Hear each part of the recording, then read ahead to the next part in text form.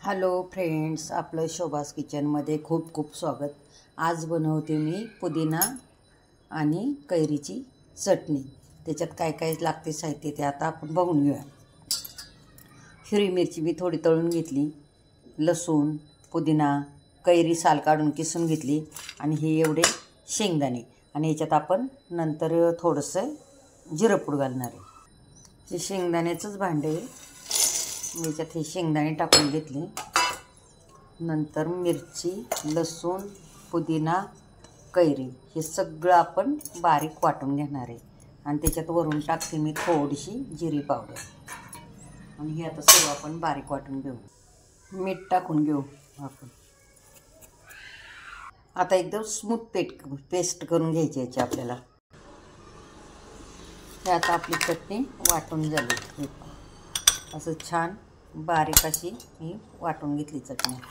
आणि आता ही अशी एका भांड्यात काढून घेऊ, आणि याला वरतून आपण थोडंसं हिंगाची आणि फक्त मोहरीची फोडणी देणार आहे, कारण याच्यात आपण जिरं टाकलेलं आहे वाटणात, त्यामुळं आपल्याला जिरं काय घालायचं नाही। पातळ पाहिजे असेल तर कोणी पातळ करून घ्या।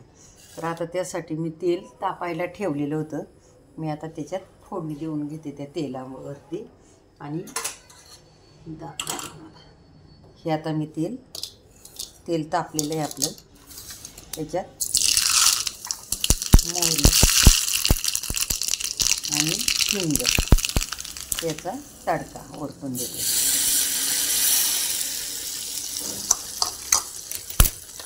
कैरी पुदिन्याची चटणी कशी वाटली तुम्हाला? करून बघा, खाऊन पहा। आवडली तर लाईक, शेअर, सबस्क्राईब करा, आणि माझा व्हिडिओ पुढं पाठवा सर्वांनी।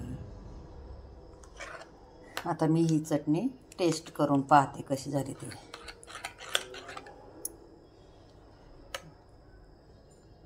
आता ही चटणीला थोडीशी मी चटणी टेस्ट करते, कशी झाली ती सांगते। अतिउत्तम, एकदम चविष्ट झाली चटणी।